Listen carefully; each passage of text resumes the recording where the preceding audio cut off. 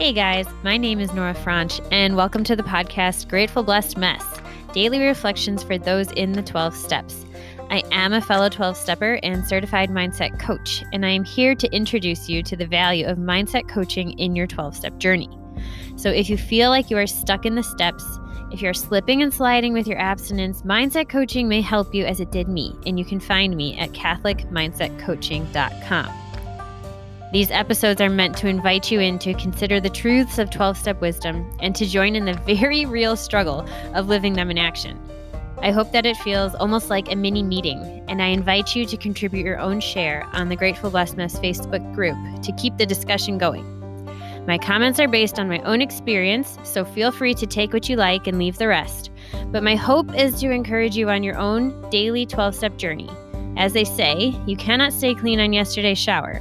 So without further ado, let's begin.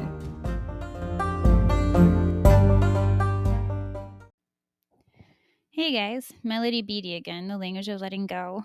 Page 182, the reading for June 30th, Accepting Change.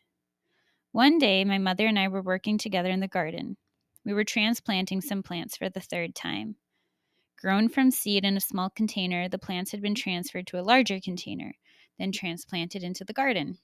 Now, because I was moving, we were transplanting them again. Inexperienced as a gardener, I turned to my green thumb mother. "Isn't this bad for them?" I asked, as we dug them up and shook the dirt from their roots. "Won't it hurt these plants being uprooted and transplanted so many times?" "Oh no," my mother replied. "Transplanting doesn't hurt them. In fact, it's good for the ones that survive. That's how their roots grow strong.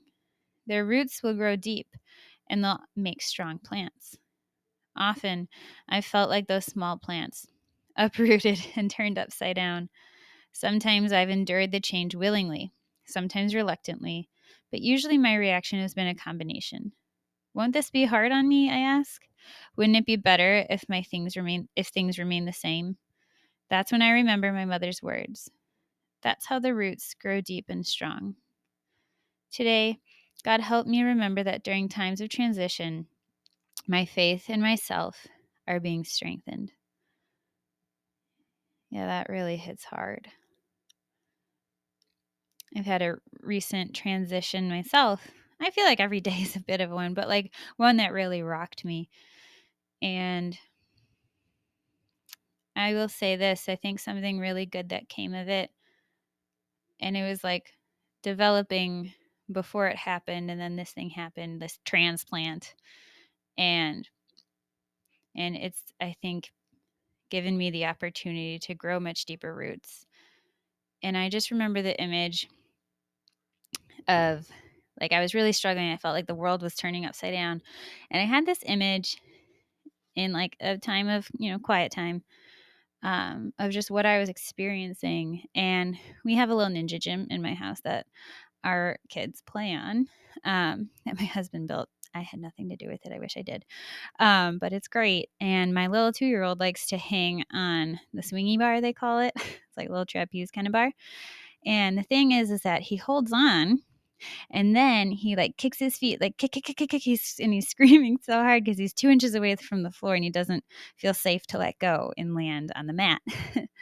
And that's the visual that came to mind during this time of transition. I was like freaking out, and I was like, I can't do it. I can't do it. I can't do it. Like, what is happening? And like, I wanted to hyperventilate into a bag. And then I just had this realization, this profound insight that God is the floor. He is always 2 inches away if I can just trust enough to let go. And ever since that moment, I have done my darndest to see the floor that I stand on, that I walk on, that is firm, hard, supportive, ever present, strong. I have done my darndest to let the floor under my feet be a reminder of the constant strength and presence of God in my life. And that, I believe, is the deepening of the roots from my most recent transition. And I want to hold on to that so tight, because that's the most beautiful connection I've ever had with my higher power.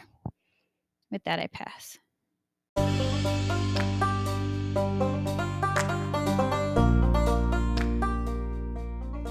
Thank you so much for listening to today's episode. If you feel that mindset coaching could help you on your 12-step journey, please feel free to reach out and find me at catholicmindsetcoaching.com. This is not a replacement for 12-step work. This is something outside of the 12 steps. It is simply something that has a heart for the 12 steps and those who are in it. And so, welcome. If you are here, chances are you may also be a bit of a mess, and I hope that you can learn to find some gratitude in the blessings that have come from your messes.